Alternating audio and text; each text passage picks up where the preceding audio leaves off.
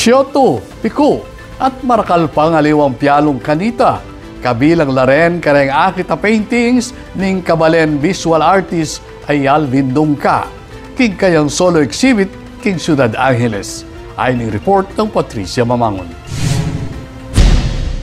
Deli kanala ning Kapampangan visual artist ay Alvin Dungka. Reng makuleng nilabas ning kayanakan king kayang solo exhibit ay now sa Echoes of Innocence. Asalukuyang makadisplay king gamat Kapampangan king harapan ning Kamalig Restaurant king Ciudad ning Angeles.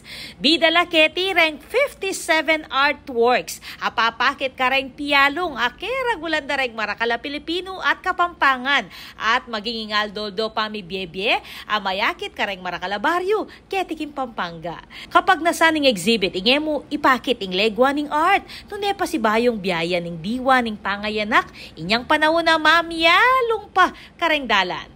Makabuklat ing exhibit maniba June 7 hanggang July 10, 2025. Makabus ni itikim publiko at inamuyot na idalaya ing mabilog a pamilya bang agnanagnanaganakan at isplika kareng anak reng pialo nga megsilbing parti ning Biye Kanita.